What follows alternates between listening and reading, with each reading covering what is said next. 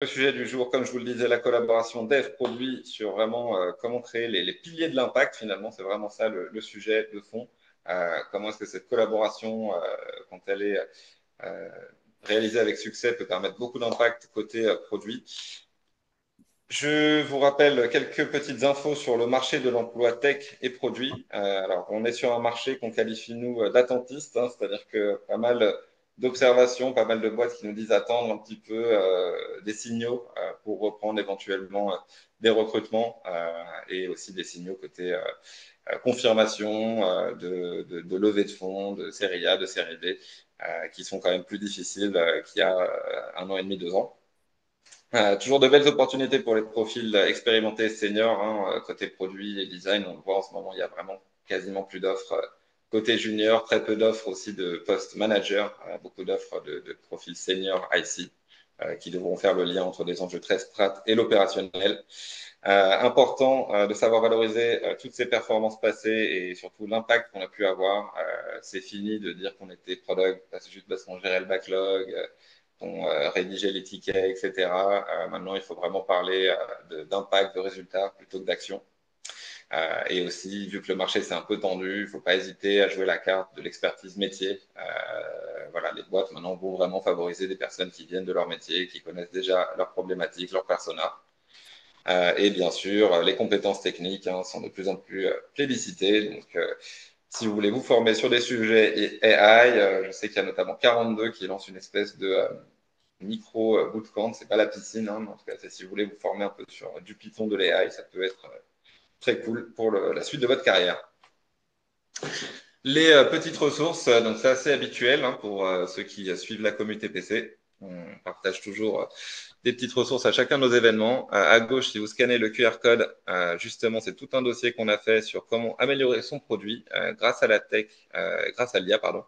Améliorer son produit tech grâce à l'IA. Et à droite, c'est notre enquête 2024 sur les salaires pour voir comment est-ce que vous vous positionnez, s'il est temps de regarder un petit peu ailleurs ou pas.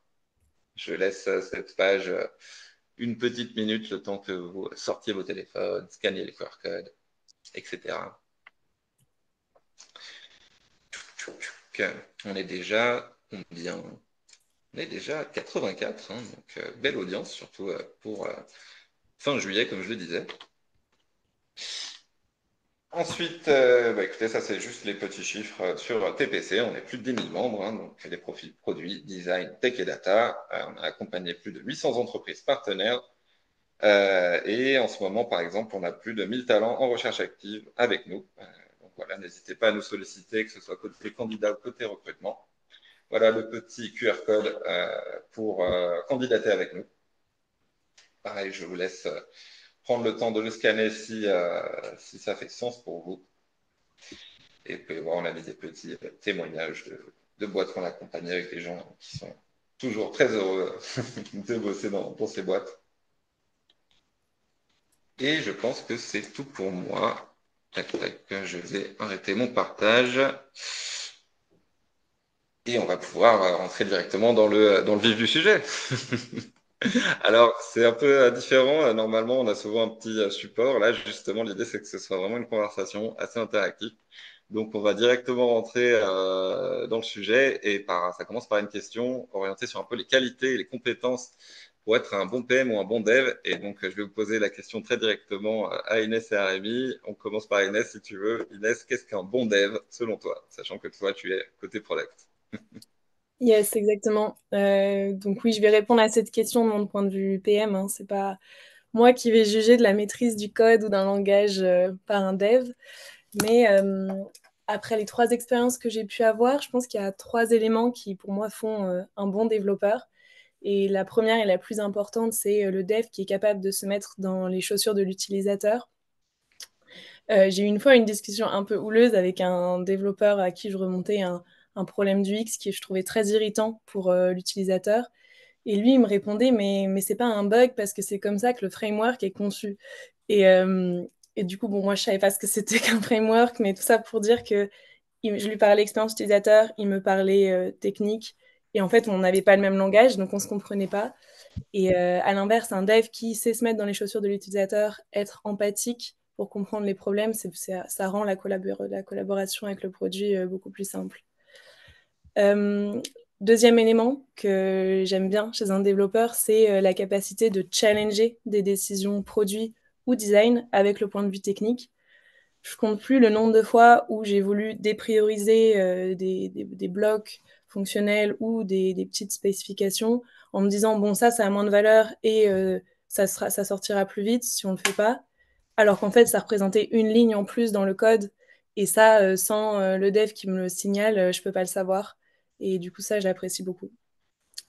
Et dernier élément, je pense, qui fait vraiment la différence, c'est si le dev maîtrise la stratégie et les objectifs qui sont communiqués au niveau de la boîte. J'ai notamment pu travailler avec un lead dev que j'aimais beaucoup parce qu'il avait un vrai sens business, une vraie appétence pour les sujets stratégiques et business. Et donc, ça rendait toutes nos discussions sur la priorisation de la roadmap très fluide parce qu'en fait, on était alignés et on savait tous les deux dans quelle direction aller. Ok, ok. Donc, premièrement, vraiment avoir ce sens business, mais enfin, c'est quand même revenu deux fois finalement. C'est un petit peu ce que je comprends, c'est que le bon dev, selon toi, ça doit être quand même un dev qui sort un peu de sa zone de confort pure technique, quoi. Je pense, oui, mais de même que le PM doit aussi savoir sortir de sa zone de confort purement métier et business, à mon Et bien avis. justement, Rémi, question à toi en tant que dev, qu'est-ce qu'un bon product selon toi? Yes. Un bon product, selon moi, bah, si on part de la base, c'est quelqu'un qui va trouver le problème le plus important à résoudre, je dirais, et qui va derrière empower ses équipes pour le résoudre.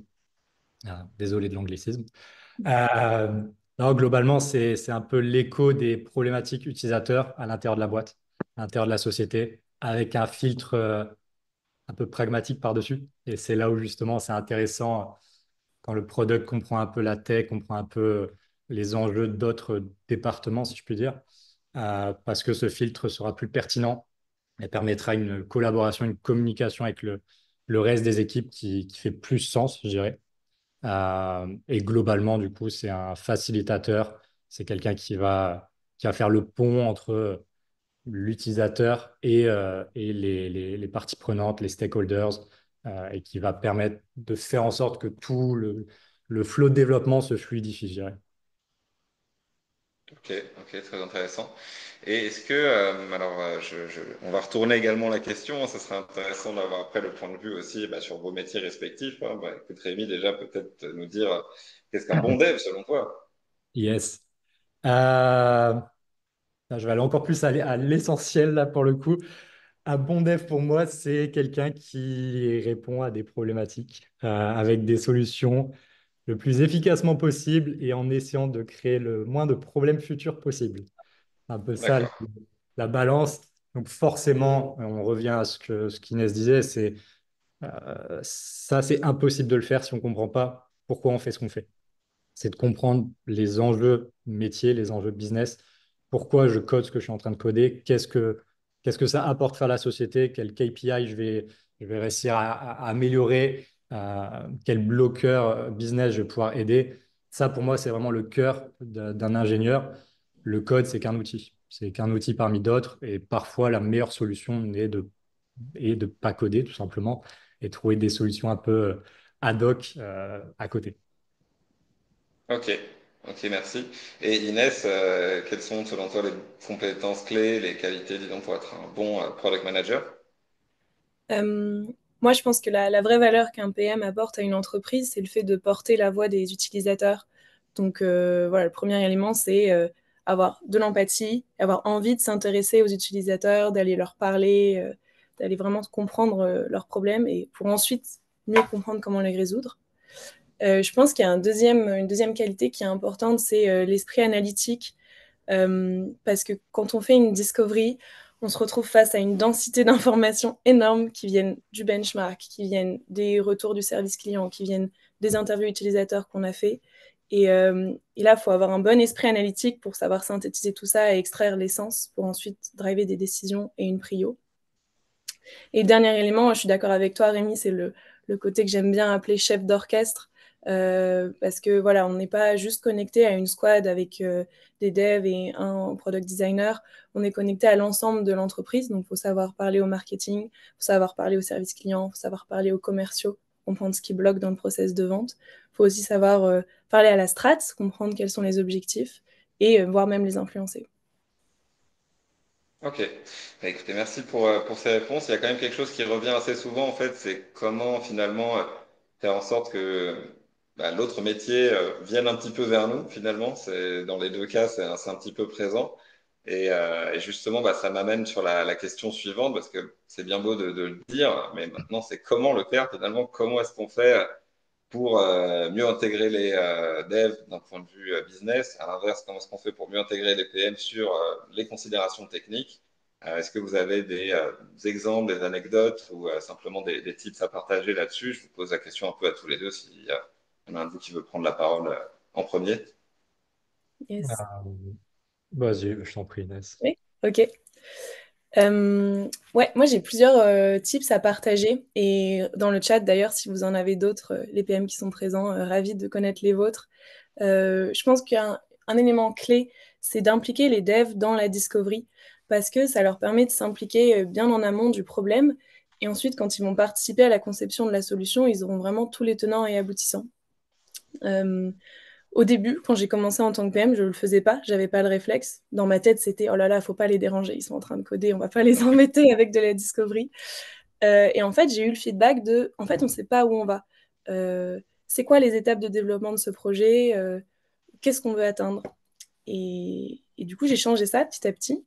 Et voilà, dernièrement, chez le dernier projet chez Libéo auquel j'ai participé, c'était vraiment, on était en mode task force, on était quatre, deux devs, une product designer et moi, et on faisait tout ensemble, y compris la discovery. Et je crois on n'est jamais allé aussi vite. En quelques semaines, on a réussi à sortir un MVP pour un nouveau produit. Et ça, je suis persuadée que c'est parce qu'on s'est beaucoup parlé et que les développeurs étaient impliqués dans la discovery dès le début. Euh, un deuxième type qui me paraît important, c'est de donner de la visibilité sur les résultats, la performance des fonctionnalités qui sont sorties. Ça, clairement, pour moi, ça développe leur business sense parce que sinon les devs, c'est juste des machines à coder et ils se posent jamais la question de l'impact qu'ils ont. Donc moi, je le faisais en cérémonie, en sprint planning. Donc on était sur des sprints de 2 semaines chez Libéo. Et donc, je prenais 10 minutes pour montrer le dashboard de suivi et montrer, bon, bah voilà, cette feature, ça a super bien marché. On voit que ça croît, que ça va dans la direction qu'on veut. À l'inverse, celle-là, oh là là, c'est cata, personne ne l'utilise. Bon, bah du coup, il y a telle action pour comprendre pourquoi ça fonctionne pas. Et ça, c'était apprécié. J'ai plusieurs fois eu le feedback, notamment de mon lead tech qui disait, c'est super, merci, on voit où on va. Et dernier conseil, je pense qu'il faut vraiment créer de la porosité avec les équipes business, parce que en fait, le sens business, il est dans les équipes business. Euh, et donc, ça passe déjà dans la conception des roadmaps. Bon, ça, assez intuitif, mais bon, une roadmap, c'est certes la priorisation de projets qui vient du PM, mais c'est aussi du macro-siding qui vient des techs. Et donc, une roadmap sans coopération PM-tech, ça ne fonctionne pas. Mais là, je pense plutôt à la partie communication aux parties prenantes. Chez Libéo, par exemple, toutes les 2 semaines, on avait une petite réunion où on parlait à nos parties prenantes business, métier. Et moi, je la faisais toujours en trinôme avec la product designer et le lead tech. Et là, l'enjeu, c'était de porter une seule voix pour l'ensemble de l'équipe et d'être vraiment alignés tous les trois. Et j'avais le jour, si jamais je pouvais pas être là, j'avais vraiment 100% confiance en mon lead tech pour mener la réunion solo et s'adresser aux équipes business et récolter leur feedback. Il y a plusieurs questions qui sont revenues. Je vais me permettre de la poser directement parce que c'est assez précis. En fait, est-ce que tu intègres tous tes devs ou seulement le tech lead dans la discovery? Ouais, c'est un bon point. Dans la discovery en particulier, non. En fait, quand je commençais une discovery, je profitais d'un moment où on était toute l'équipe ensemble. Je disais, bon, bah voilà, je commence une discovery sur tel sujet. Qui veut m'accompagner?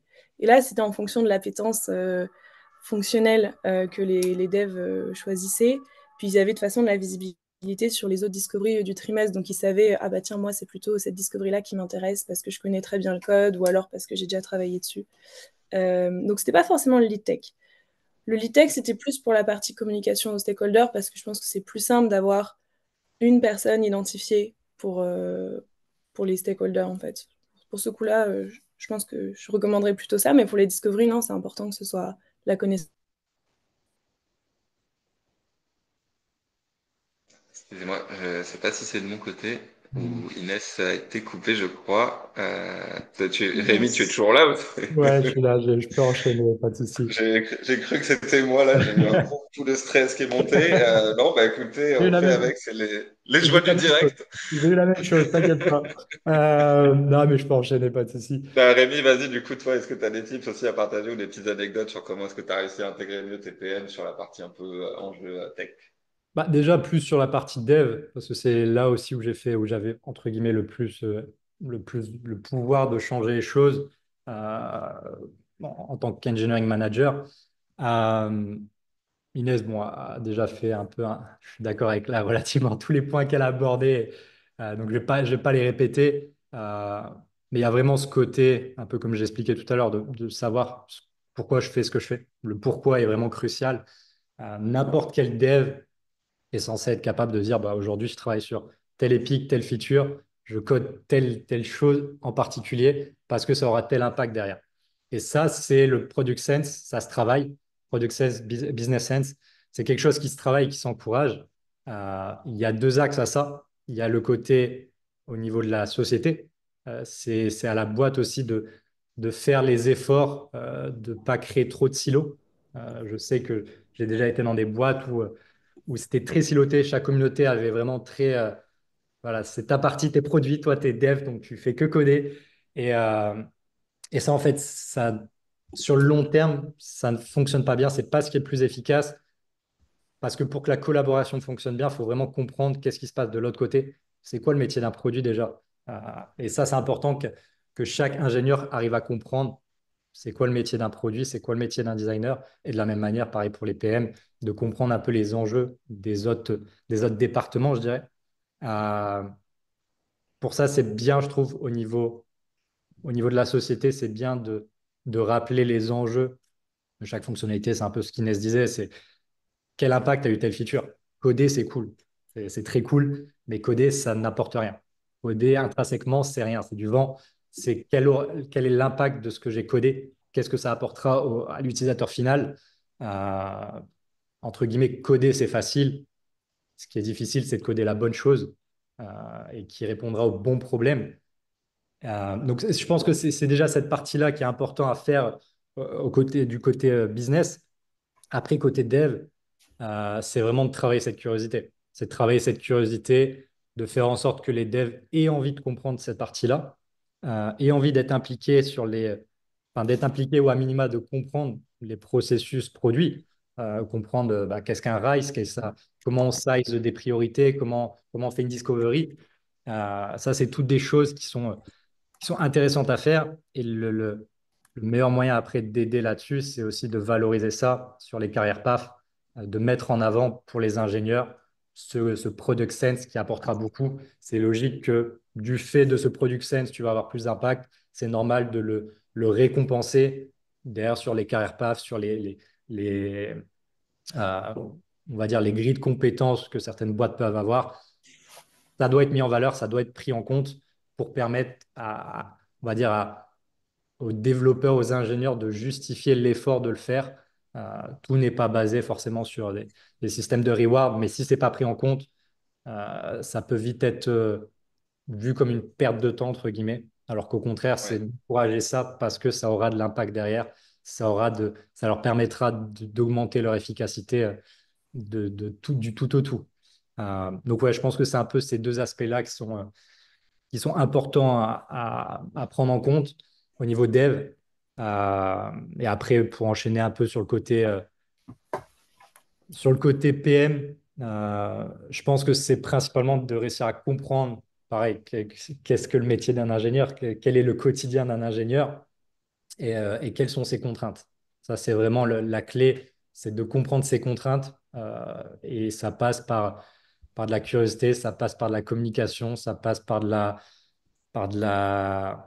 Ouais, poser des questions, tout simplement. C'est bête, c'est pas une solution miracle que je vais donner, hein. C'est la communication est toujours clé, mais d'avoir une communication forte et de ne pas avoir d'ego, je dirais, d'être capable de dire, bah voilà, je ne comprends pas ton métier, explique-moi, dis-moi comment ça se passe. Et là, c'est aussi à l'ingénieur de faire l'effort de vulgariser, de réussir à faire comprendre son métier, faire comprendre euh, ce sur quoi il travaille au quotidien.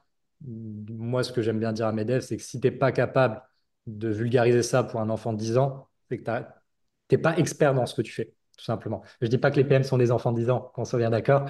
Euh, mais globalement, C'est c'est marrant ça. parce que c'est souvent ce que je demande, moi, quand on m'explique un truc compliqué, je dis explique-le-moi comme si j'étais un enfant de 5 ans. C'est la technique Michael Scott, pour ceux qui connaissent The Office, ça marche à merveille. Et merci pour ce retour. Inès, c'est cool, j'ai vu que tu as pu Ouais, revenir parmi nous. désolée. Non, je t'en prie, c'est les joies du direct. Mais il y a un point que vous avez tous les deux mentionné qui me paraît vachement important et qui peut être vachement dur, je pense, côté produit. En fait, tu l'as dit tout à l'heure, Inès, c'est par exemple, à un moment, voilà, tu pensais déprioriser un truc et finalement ton dev qui dit, bah non, ça, en fait, moi, c'est une ligne de code, t'inquiète. Et c'est justement cette capacité d'estimer, en fait, la complexité technique. Euh, Moi, nous, en interne, chez TPC, on a déjà eu le cas, voilà, où notre CTO me parlait de pagination, back, machin. Je savais pas du tout ce que ça avait comme implication, mais en fait, vraiment, la manière de l'amener, finalement, avec cet angle plus, bon, bah, je t'explique les risques, je t'explique les bénéfices, mais voilà, sans rentrer trop dans la Mm. technique, que vous avez des exemples là-dessus particuliers. Ouais, ben, moi, je participe rarement aux discussions techniques des devs parce que je pense que j'ai peu d'impact là-dessus. Néanmoins, je pense que c'est important d'avoir une notion de base sur l'architecture de son app parce que finalement, le code est censé être le reflet des enjeux métiers. Ça m'est arrivé une fois je bossais sur un sujet lié à la comptabilité et on sortait une fonctionnalité liée à sans rentrer dans le détail, mais un compte comptable spécifique qui était différent des comptes comptables qu'on avait jusqu'à maintenant. Et en fait, on a fait l'erreur technique d'intégrer ce compte comptable différent dans ce qu'on avait déjà. Et en fait, du coup, ça crée vraiment... Enfin, du coup, ça marchait pas, ni d'un point de vue métier, ni d'un point de vue technique. On a dû faire une refacto pour changer ça. Donc là, clairement, moi, j'aurais dû mieux expliquer que c'était un compte comptable différent, qu'il fallait pas le traiter comme les comptes d'achat qu'on avait jusqu'à présent. Et de manière plus générale, je pense que c'est important pour les PM de comprendre grosse maille les choix techniques qui sont faits, tout simplement parce que, mine de rien, si une refacto ou une tâche tech doit être effectuée, eh ben, ça impacte la bande passante pour les autres chantiers produits. Et donc là, il faut se mettre autour de la table et savoir discuter, bon, bah ok, pourquoi est-ce que c'est ta tâche tech qui passe avant cette nouvelle fonctionnalité. Et donc c'est important de savoir en parler. Et donc pour ça, je suis d'accord avec toi, Rémi, un moyen très simple, c'est juste de poser des questions. Là, c'est tout frais, hein, mais je viens de rejoindre une jeune startup qui s'appelle Instant, qui fait du covoiturage courte distance. Et je suis la première PM. Et donc, je sens que les devs, avant, bah voilà, là, ils sont 8. Et avant, il n'y avait pas de PM. Donc, ils se parlent toujours en termes très techniques. Et moi, bah voilà, j'hésite pas à poser des questions dès qu'il y a un mot que je ne comprends pas, voire me faire un petit lexique de vocabulaire tech pour essayer de mieux communiquer avec eux. Euh, mais voilà, je pense que c'est important pour le PM d'avoir cette curiosité et cette envie de parler leur langage. Et je suis d'accord avec toi, Rémi, pour l'aspect s'intéresser au métier de l'autre. Euh, je pense qu'un bon PM, il doit aussi simplement comprendre de quoi le dev a besoin pour être plus efficace. C'est un peu comme une user research finalement, où on cherche à comprendre de quoi un utilisateur a besoin. Bon, bah là, c'est pareil, de quoi le dev a besoin de ma part pour être plus efficace et gagner du temps. Je me souviens quand j'ai à mes tout débuts en tant que PM, euh, j'étais un peu paniquée par la gestion de la qualité. Je savais pas, il y avait beaucoup de bugs qui tombaient et je savais pas comment les gérer.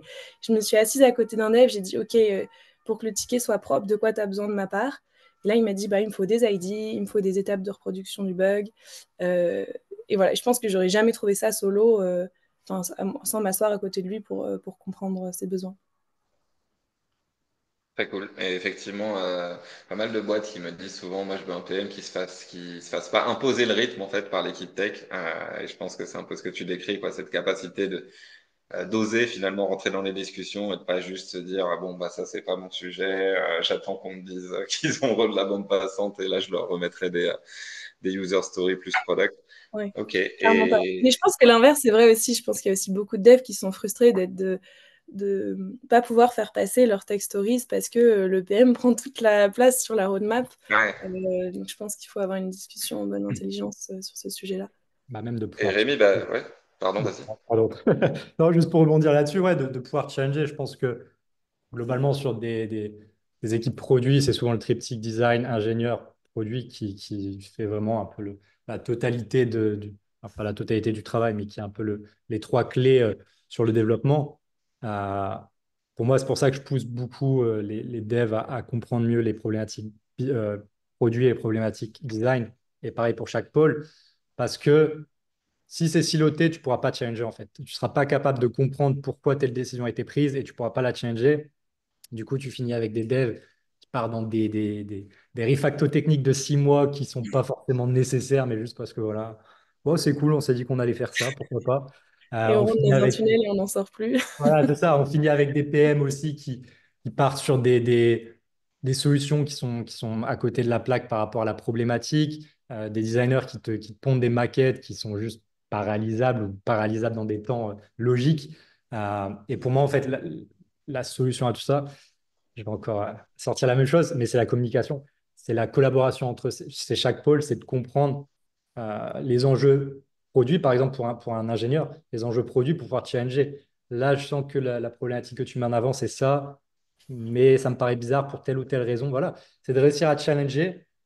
Pareil pour les produits. Avec cette compréhension technique, c'est potentiellement ça va pas forcément challenger le choix d'une fonction ou quelque chose du genre, mais plus dans les grandes lignes, la solution. Dire, bah là, pourquoi on part pas dans cette direction? Ça me paraît bizarre. Est-ce qu'on ne pourrait pas shortcut en passant par là? Qu'est-ce qui empêche de passer par là? Et c'est là où potentiellement, soit il y aurait une raison particulière que l'ingénieur va pouvoir exprimer, soit ça va créer une synergie, ça va créer quelque chose, on va trouver des pistes plus intéressantes. Et au moins, le fait qu'il y ait cette discussion, même si le produit ne va pas forcément challenger, comment dire, n'a pas raison, entre guillemets, dans son challenge, ça force quand même l'ingénieur à réfléchir à la justification, d'être capable de justifier, bah ouais, là, on part dans cette solution parce qu'on est obligé de faire telle étape, telle chose, on doit implémenter ces choses-là avant de pouvoir faire le reste. Et pour moi, ça, c'est quelque chose d'ultra critique pour les ingénieurs. Et j'ai vu des ingénieurs qui étaient des machines de guerre, vraiment des machines de guerre par le passé, mais qui avaient un impact ultra limité parce qu'en fait, ils n'étaient pas capables de vulgariser, de justifier en fait leurs décisions. Et donc, ça finissait sur des tunnels de 6 mois sur on va passer de telle technologie à telle technologie. Cool. Ça apporte quoi sur le business demain? À quel point ça nous permettra d'accélérer? À quel point c'est important pour la développeur expérience, ainsi de suite. Et très régulièrement, quand il y a un peu de challenge, et au plus les gens ne veulent pas être challenge, au plus en creusant, je suis en mode, bah oui, parce que c'est difficilement justifiable. Donc c'est vraiment un peu pousser ce côté challenge. Chacun a ses responsabilités, chacun a son pôle et chacun est honneur de la décision finale dans voilà, chacun de ses points, mais ça n'empêche pas de challenger. Et après, voilà, si la personne veut quand même partir dans une direction, c'est à tes risques et périls, je dirais. C'est comme tes honneurs, c'est sur toi que ça va retomber aussi derrière. Donc, je pense que ce challenge permet au moins d'avoir une réflexion un peu plus posée sur, voilà, est-ce que c'est la bonne direction? Est-ce que ça fait sens? Est-ce que c'est le plus efficace dans chacun de ces pôles, je dirais. Merci beaucoup Rémi. Et bah, alors, ça m'amène aussi sur un peu le sujet finalement, et c'est quelque chose qui revient souvent. Comment est-ce qu'en fait on fait pour gérer un peu la frustration qui peut se créer, étant donné que bah, le produit, on le sait, c'est itératif, donc on doit parfois faire des coups d'épée dans l'eau, hein, très concrètement. On teste des choses qui fonctionnent pas toujours. Et c'est vrai que côté produit, bah, c'est quelque chose d'assez ancré, quoi. C'est normal finalement. Hein. C'est le but justement, c'est de l'amélioration continue. Et comment est-ce qu'on fait pour que côté dev, ça ne devienne pas en fait trop frustrant. C'est des choses qu'on a sûrement pu voir chacun dans différentes expériences. Le côté du dev, bah, qui a l'impression de toujours revenir sur le même truc. Finalement, ça fait 3 fois qu'il recolle le même truc. On lui dit que c'est toujours pas bon. Est-ce que vous avez des petits tips justement pour éviter, tout simplement pour aider à faire comprendre aux devs bah, que c'est aussi normal, disons, dans une orga produit, de ne pas avoir tout qui marche du premier coup et d'être capable de repasser sur les choses sans être trop frustré. Est-ce que vous avez des choses à mettre en avant là-dessus? Euh, Hum, Vas-y, Rémi, si tu veux. ouais, côté ingénieur, bah, je dirais que déjà cette frustration, en règle générale, naît quand même beaucoup quand l'ingénieur n'a pas son mot à dire. En règle générale, c'est ça Ok. déjà le cœur du problème, c'est que c'est difficile de se dire, ah, je dois retourner là-dessus et d'avoir le sentiment que peut-être on aurait pu mieux répondre à la problématique quand de base, j'ai pas été entendu sur cette problématique. J'ai été un peu traité en exécutant. Donc naturellement, quand les résultats sont pas au rendez-vous, bah, tu te retournes vers la personne qui a pris la décision. Et c'est là où ça crée un peu des conflits parce que le fait d'avoir ces silos, ça crée un peu un moi contre eux. Et c'est ça, je sais que ça a été dans mes expériences passées de vrai, un vrai combat pour moi d'améliorer ces situations-là et vraiment d'avoir une cohésion. J'ai pu vraiment avoir les situations, enfin, les collaborations, le plus bas de la collaboration PM-ingénieur où c'était très rocailleux au début jusqu'à arriver à des stades où on était devenu un exemple de collaboration de duo PM-ingénieur. Avec le même PM? Avec le même PM. Ouais, bah, c'est intéressant que tu nous décrives un peu les étapes. Euh, bah, globalement, dans ce cas précis, c'était un PM. Bah, je pense que les trois PM principaux avec qui j'ai travaillé, c'est comme ça que ça s'est passé. C'est au début un peu compliqué parce que je pense que j'arrive avec une personnalité déjà un peu atypique, avec un profil un peu atypique où je suis pas juste code. J'aime aussi être impliqué sur le business, sur le produit. Et forcément, pour des PM qui n'ont pas l'habitude, ça peut être étrange en mode qu'est-ce qu'il fait sur mes plates-bandes, entre guillemets. Euh, donc, c'est vraiment de réussir à faire comprendre non. Mon but, c'est pas de marcher sur tes pieds. C'est juste moi, venir de ton côté et toi, t'attirer du mien aussi pour qu'on puisse collaborer ensemble du début à la fin euh, par rapport à la problématique dont on parlait. Comment faire en sorte qu'il n'y ait pas cette frustration? C'est d'impliquer les ingénieurs sur tout le life cycle de développement, je dirais. Donc, dès la discovery, de faire comprendre déjà les process, qu'est-ce qu'un mom test, qu'est-ce qu'un RICE, voilà, c'est tous des termes un peu produits, un peu techniques. Ça prend 1 heure, 2 heures pour comprendre les bases. Pas besoin d'en être expert, mais qu'au moins l'ingénieur comprenne ce à quoi ça correspond. Moi, je sais que chez Partout, par exemple, pour pousser un peu les ingénieurs là-dessus, j'ai mis en place un RICE ingénieur. Donc, il y avait le RICE classique, on va dire, qui était own par les produits. Et à ce moment-là, du coup, moi, je voulais que les ingénieurs comprennent ces enjeux aussi et puissent justifier les réfactos techniques et les mettre dans la même roadmap. Pas qu'il y ait, pendant longtemps, en fait, c'était un peu, il y avait la roadmap produit et la roadmap technique. Et derrière, c'était voilà, bonne chance pour essayer de remerger ça à la fin quand il faut prendre des décisions avec les stakeholders, avec les exécutifs, ainsi de suite. Donc là, l'objectif, ça a été vraiment de faire un RICE ingénieur. Et je les ai poussés aussi à ne pas se limiter que de la technique. Je leur ai demandé, bah, si vous voyez des choses, des problématiques utilisateurs, faites-les ressortir. De la même manière, je demandais à mes ingénieurs de faire au minimum une user interview tous les 6 mois. Parce que c'est 1 heure, c'est rien. Bon, après, nous, on était sur un scope particulier où c'était très interne. Donc, c'était plus facile aussi d'organiser ce genre de choses. Mais c'est valide tous les cas que tu run l'user interview ou que tu participes. Même tu peux juste être en shadow. Mais ça te permet de comprendre déjà la réalité de ton métier, en fait. Qui j'aide. Moi, je sais que ça m'a fait énormément plaisir de faire des user interviews parce que j'ai eu des retours en mode, bah, ça, tu vois, c'était galère avant. Depuis que vous avez fait ça, ça nous aide énormément, ça nous permet de faire ça. Ça fait plaisir déjà de voir que derrière le virtuel, derrière le code, bah, on touche des humains. On a un vrai impact humain. Et c'est ça qui est motivant, de mon point de vue en tout cas. Euh, et du coup, ouais, d'avoir ce côté user interview avec un œil ingénieur, ça permet aussi de faire ressortir des solutions, des problèmes et des solutions qui peuvent être des quick wins. Je sais que par exemple, Inès parlait tout à l'heure, ah, j'ai failli déprioriser telle chose parce que je ne me rendais pas compte, mais en fait, enfin, je pensais que c'était long alors que ça pouvait être fait rapidement.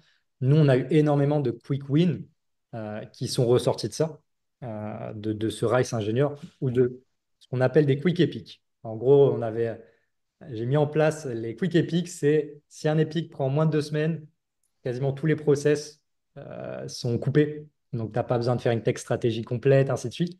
Et ça, bizarrement, ça motive énormément les devs quand tu ne dois pas te taper tout le process un peu, qui peut être un peu lourd sur certains épiques, d'être capable en fait d'être MVP first, de comment je peux apporter le plus de valeur le plus rapidement possible, tout en ayant quelque chose qui n'est pas dégueulasse. On n'est pas sur du prototype, on est vraiment sur du MVP. Euh, et ça, du coup, ça poussait vraiment les ingénieurs à réfléchir au côté produit, comment je peux réduire au maximum le travail et comment je peux le séquencer surtout. Euh, Mm, Assez rapidement, j'ai mis des bloqueurs sur les durées des pics. Hmm, Je ne voulais pas des épiques de plus de 2 mois. À partir de... Il y a des exceptions. Il n'y a aucune règle que je pourrais donner qui fait sens dans tous les cas. Personne ne peut justifier que voilà, il a la solution magique. Qui permet de tout résoudre. Ça n'existe pas et ça n'existera jamais parce qu'il y a trop de typologies différentes. Mais par contre, d'avoir cette règle un peu soft, forcer les ingénieurs à se dire, OK, est-ce que je peux découper cette épique? Est-ce que je peux juste faire cette partie-là, déjà le release, voir la valeur que ça apporte et avoir une feedback loop qui est courte en fait. Donc ça te permet rapidement d'avoir les retours utilisateurs et d'itérer. En fait, c'est ça qui permet aussi. Je pense que ce qui est compliqué, c'est de faire tunnel pendant 6 mois sur un sujet. Voilà, on va résoudre tel problème, on tunnel sur 6 mois, et 6 mois après, il y a des retours mm. utilisateurs parce qu'il y en a toujours. Il y a des itérations, il y en aura toujours. Réussir à faire un one-shot sur des sujets, c'est quasiment impossible. Mais forcément, c'est plus difficile quand tu as tunnel 6 mois, derrière qu'on vient de te dire, ouais, mais là, il y a tel bug ou il faut retravailler tel flow, que quand tu as bossé 1 mois dessus, c'est en mode, je le sais qu'il y a des trucs à retravailler, qu'on va nous faire des retours, et j'attends justement ces retours pour itérer et améliorer ce que j'ai fait, on va dire. Ouais. Moi, je veux bien juste ajouter un mot sur cette notion de frustration dont tu parlais, Pierre. Je suis pas tout à fait d'accord qu'il y a que le dev qui peut la ressentir. Je Ah, pense que c'est vrai. si toute l'équipe est alignée à un objectif commun, ben, en fait, c'est toute l'équipe qui est frustrée si on n'atteint pas l'objectif. Euh, on avait lancé une nouvelle page chez Libéo et notre métrique de succès, c'était d'obtenir 4,5 sur 5 en note de SAT. Et on a eu 3 sur 5. Et franchement, c'était la déprime quand j'ai annoncé ça en rituel. On était tous un peu déprimés parce qu'on avait bossé beaucoup de temps dessus, on avait pourtant fait de la discov et tout. Et en fait, on a dépassé la frustration parce qu'on a appris énormément en rappelant les utilisateurs qui nous avaient mis une mauvaise note.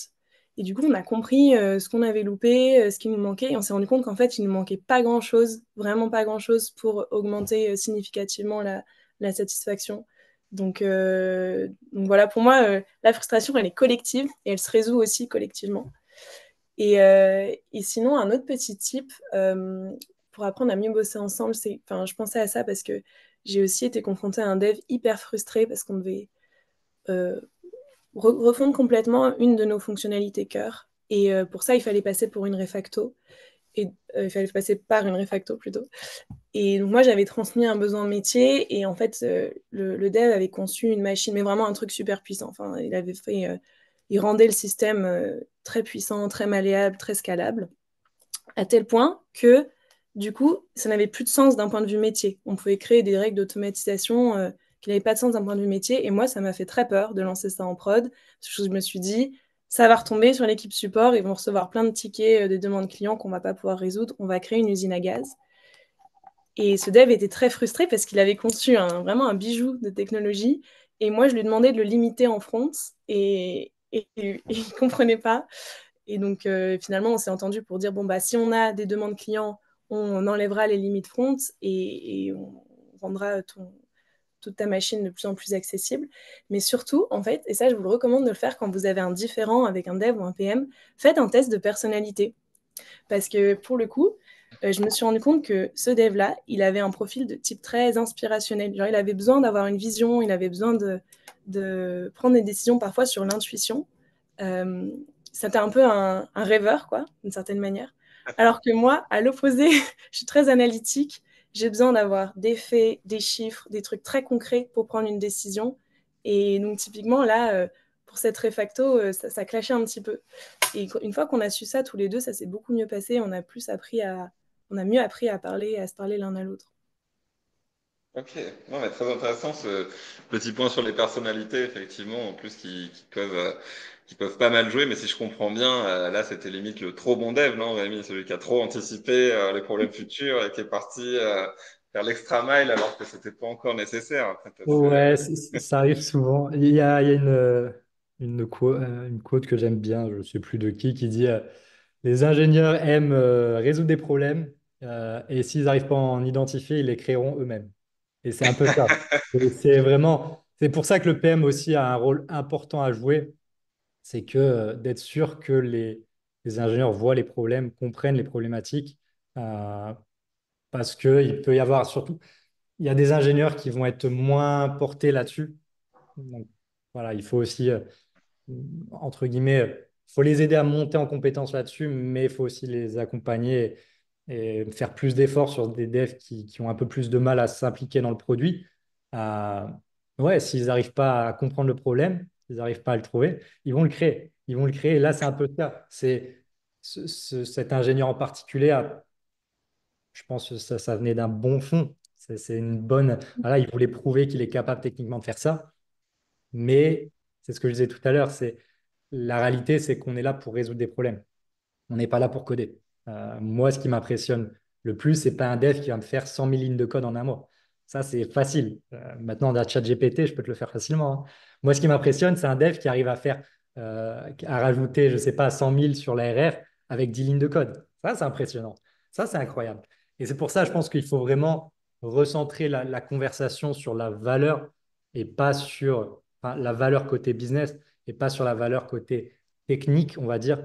Parce que je sais que dans les départements techniques, on prend souvent le nombre de releases en compte, le nombre de lignes de code, le nombre. Enfin, voilà, on a quelque chose qui est très quantitatif, qui est bien. C'est bien aussi de prendre ces facteurs en compte, mais il faut faire du qualitatif par-dessus.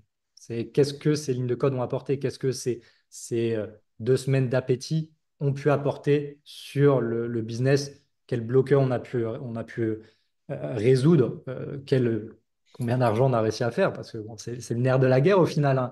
La majorité des boîtes qui existent sont là pour ça. À quel point ton développement a permis de créer de la valeur. Et c'est là où je pense ce dev, du coup, enfin, s'il avait été challengé, il aurait du mal à répondre, bah, là, je fais une machine qui est aussi complète. OK. Est-ce que ça va servir un jour ou l'autre? Non. Donc, est-ce que ça sert de le faire aujourd'hui? Donc, il y a un peu ce. C'est difficile parce qu'il y a ce côté long-termiste qu'il faut avoir, stratégie long terme, de se dire, OK, comment, même si le problème est là aujourd'hui, je pense qu'il peut potentiellement s'étendre par la suite, comment je peux faire quelque chose qui soit scalable et sur lequel on puisse itérer sans pour autant faire tout le travail tout de suite. Sinon, bah, tu finis, voilà, encore une fois, en tunnel de 6 mois, tu fais des machines de guerre. Mais ces machines de guerre-là, de un, t'ont pris du temps à développer, et de deux, vont te prendre du temps à maintenir. Parce que c'est ça aussi l'envers du décor, c'est que il n'y a pas de système qui vit tout seul. La majorité des systèmes existants, surtout sur des SaaS, ainsi de suite, ça a besoin de maintenance. Et ce coût-là est non négligeable. Et au plus tu vas créer quelque chose de complexe, et un peu voilà ce qu'Inès disait, là, c'est des règles, c'est cool, tu peux faire tout plein de règles, tu peux faire tout ça, le nombre de bugs va augmenter exponentiellement, ou là, du moins, la possibilité de bugs va augmenter exponentiellement, parce qu'au plus tu as de complexité, au plus tu vas avoir des trous dans la raquette, naturellement. Euh, et du coup, ouais, c'est un peu ce côté-là d'être vraiment focus sur quelle valeur je vais apporter et, euh, et de juger un peu l'ingénieur par rapport à ça aussi. C'est vraiment Ouais, voilà. et d'où ce que tu disais aussi au début du webinaire hein, sur le fait que ce qui est aussi très intéressant, c'est parfois aussi que ce soit côté PM ou côté ingé, les personnes capables de vraiment dénicher des quick wins ou ah bah non, au lieu de partir sur ça, pourquoi est-ce qu'on n'essaierait pas avec deux, trois assemblages, disons, de tester un petit peu nos idées et c'est souvent ce qui fait la différence par la suite. Alors, le temps est pas mal, pas mal défilé, il est déjà 46, mais on a tendance, c'est super intéressant. On a pas mal de questions dans le chat. Juste, alors, il y en a une qui m'est venue un peu en bonus, je dois l'admettre, mais qui est vachement actuelle et très ouverte. Je vous la pose à tous les deux. Qu'est-ce que vous pensez du rôle de CPTO, qui justement bien un petit peu mixé le produit et la tech. Est-ce que vous le voyez comme quelque chose de bien? Vous vous dites non, c'est simplement des boîtes qui ont plus d'oseille et du coup, Mm. qui font des rôles hybrides comme cela. Qu'est-ce que vous en pensez vraiment d'un point de vue impact sur l'orga tech et produit? Ouais, je peux répondre rapidement pour laisser du temps aux autres questions. Moi, je pense que c'est un rôle enfin, qui est nécessaire quand la boîte est jeune et a pas trop de maturité, quand ils sont pas assez nombreux. En fait, on ne peut pas se permettre d'avoir 1000 profils. Euh, et donc, c'est ce que j'ai connu chez Libéo. Quand je suis arrivée, il y avait un CPTO. C'est ce que je connais aujourd'hui chez Instant. Il y a un CPTO aussi. Euh, mais si la boîte grossit, je pense que c'est important de distinguer les deux fonctions. Parce que, en fait, mine de rien, c'est pas le même métier, même s'il y a beaucoup de porosité. Je pense que c'est important que voilà, les deux fonctions soient distinguées. Ouais, je suis assez. Et Rémi? Ouais, non, mais je suis assez d'accord. C'est encore une fois, je vais faire la réponse magique, mais il n'y a pas de bonne ou de mauvaise réponse. Oui, il y a des cas où ça fait sens, il y a des cas où ça ne le fait pas. Euh, le rôle en soi fait sens de réussir à mélanger ce côté ingénieur et produit. Après, bon, là où je mets une nuance, c'est faut trouver les ingénieurs qui ont cette appétence produit ou ces products qui ont cette appétence technique. Parce que des fois, on prend juste des CTO très techniques, on le dit, des CTPO, bonne chance pour faire la roadmap. Non, c'est pas aussi facile. Il y a quand même des méthodos produits et même juste un état d'esprit produit à avoir. Et pareil à l'inverse sur ce qui Ouais, arrive moins souvent tout de même, mais des products qu'on va mettre CTPO en mode t'inquiète, ça va bien se passer. Non, la réalité peut être un peu plus nuancée. Maintenant, oui, c'est un rôle qui peut faire sens sur de l'early. Après, sur du scaling, ça peut être compliqué, mais tout dépend de l'organisation. Si c'est un CTPO qui derrière a par exemple un super head of engineer et head of product qui l'épaule et sur lequel il arrive à diviser un peu sa charge pour lui être un peu le point de ralliement, ça peut faire sens, mais ça dépend toujours de la ouais. typologie de la société. Ouais, d'autant plus que dans ce rôle-là, il y a une dimension managériale qui est non négligeable. Donc, s'il faut avoir la compétence managériale, la compétence tech, la compétence produit, ça commence à faire beaucoup pour La une seule et licorne, même personne. la fameuse licorne. Effectivement. Non, bah, écoutez, merci pour votre input là-dessus. On va passer aux questions. N'hésitez pas, si vous le souhaitez, on peut vous donner le micro. Donc là, il est 12h50. Je pense qu'on peut rester jusqu'à 13h. Ça nous laisse une petite dizaine de minutes.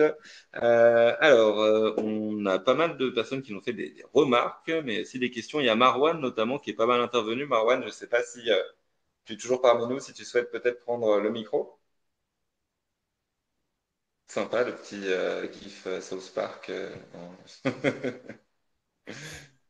Ouais, désolé pour le South Park. Non, C'est non, pas c'est très cool. Pas de problème. pour les gens product and tech, ouais, mais pour les recruteurs, ils comprennent pas trop. C'est quoi le branding derrière. Non, mais je suis désolé, c'est juste des remarques. En fait, je pensais que ça contribuait à la discussion. En fait, j'ai un profil un peu bizarre parce que mes premières 10 années, je les ai passées en dev, architecte, et puis passé en product. Et puis après, j'ai passé 10 ans en stratégie. Donc, du coup, j'ai une espèce de schizophrénie mentale, en fait. Il y a extrêmement beaucoup d'empathie pour les devs de façon systémique, mais aussi pour les product managers, parce que je connais la difficulté du métier, et tout ça, les attentes, mais aussi pour les designers d'ailleurs, ça c'est un autre sujet aussi. Design, product et tech. On Et l'intégrera au prochain webinaire. Là, on s'est dit que deux déjà, ouais, c'était bien pour commencer. ouais, il y a beaucoup de friction là-bas aussi, ce serait intéressant. Mais en fait, il y a beaucoup, beaucoup de boulot qui doit être fait, qui n'est pas visible, hein. Il y a le boulot d'architecture, de stratégie tech, stratégie tech roadmap pour les devs, que les gens ne voient pas. Il y a aussi beaucoup de travail de stratégie de marché, stratégie marketing, tout ça, qui n'est pas vu qui doit être fait par les product managers, qui n'est pas vu par les devs et les autres. En fait, ils pensent tous que on veut juste pousser le maximum de work items de leur backlog, les empêcher de faire quoi que ce soit qui soit bien pour le refactoring, pour l'optimisation, pour la performance, pour le monitoring, tout ça. Et donc, en fait, c'est deux mondes, mais malgré qu'on pense qu'ils se comprennent beaucoup mieux qu'il y a 10 ans, par exemple, il y a quand même beaucoup de travail à faire, je pense, en termes d'explication, des pressions et des attentes que le business a de chacun de ces métiers-là. En gros, c'est l'essentiel de ce que j'ai dit dans le chat. Non, non, mais effectivement, bah, merci pour ton intervention. Ouais, ça reprend un peu ce qu'on disait, hein, mais d'où l'importance de s'intéresser au métier de l'autre et d'essayer de le comprendre, hein, même si, bien sûr, on va pas changer de métier, quoi que ça arrive. Hein, j'en ai vu des products devenir dev et des devs devenir products. Donc, ça, c'est l'étape finale. Quand on s'est trop penché sur le métier de l'autre, voilà, bah, on finit par le prendre. Bah, merci en tout cas, Marwan, pour ton intervention. Moi, Bastien, je pardon. prendrais bien la question de Camille sur le désaccord. Si product et dev sont pas d'accord sur la solution à apporter l'utilisateur, comment faire? Euh, Moi, je pense que s'il y a un désaccord, c'est qu'on n'a pas assez d'informations pour décider. Et en fait, c'est pas le dev, c'est pas le PM qui décide, c'est l'utilisateur qui décide quelle est la bonne solution. Après, dev, PM et product designer, ils peuvent décider sur comment on l'a fait, mais la solution, pour moi, c'est l'utilisateur qui choisit en user test, etc. Et merci, effectivement, bonne question. Je n'avais pas forcément détecté. Rémi, tu voulais en rajouter un point? Ouais, je pense qu'après, il y a aussi un côté. Moi, je sais une méthode que j'aime bien utiliser, c'est un peu pas les conséquences, parce que tout le monde a le droit à l'erreur. Mais quand il y a un peu cette discussion-là, c'est à quel point tu es prêt, entre guillemets, à mettre ta main à couper sur le fait que tu penses avoir la bonne réponse, la bonne solution. En règle générale, quand tu dois commencer à put some skin in a game, quand tu dois un peu voilà, t'impliquer et te dire, OK, là, je vous le dis, je pense que j'ai raison. Euh, Ouais. Bah, on peut avoir du gut feeling, ça c'est très cool, mais après, du coup, il faut savoir le monitorer, enfin, être sûr que le succès est rempli a posteriori. et d'ailleurs, checker ça justement, c'est, OK, Mm. moi j'ai donné ma parole, que ce soit côté PM ou côté dev, hein. J'ai donné ma parole sur le fait que je pensais que cette direction serait la bonne. Ah, voilà, il y a des conséquences derrière. Si ça se passe mal, ben forcément, on va se revenir vers toi en mode, c'est pas ouf. Et c'est là où ça ne veut pas dire de dégommer la personne. On est dans un environnement sain, mais c'est justement d'ailleurs de pouvoir se retourner sur la personne et dire, bah voilà, là, tu vois que l'instinct n'était pas bon, il y a peut-être un truc à ajuster, surtout que tu as vraiment forcé énormément pour qu'on prenne ta solution en particulier. Et au final, on se rend compte que ce n'était pas forcément la bonne. Donc en fait, c'est un peu ça, c'est au plus il y a des pullbacks, au plus il faut réfléchir, est-ce que vraiment j'ai la meilleure solution? Est-ce que je suis dans la bonne direction? Après, si tu veux partir dans cette direction, voilà, soit. Mais ça peut avoir un prix par la suite qu'il faut garder en tête, je dirais. Voilà.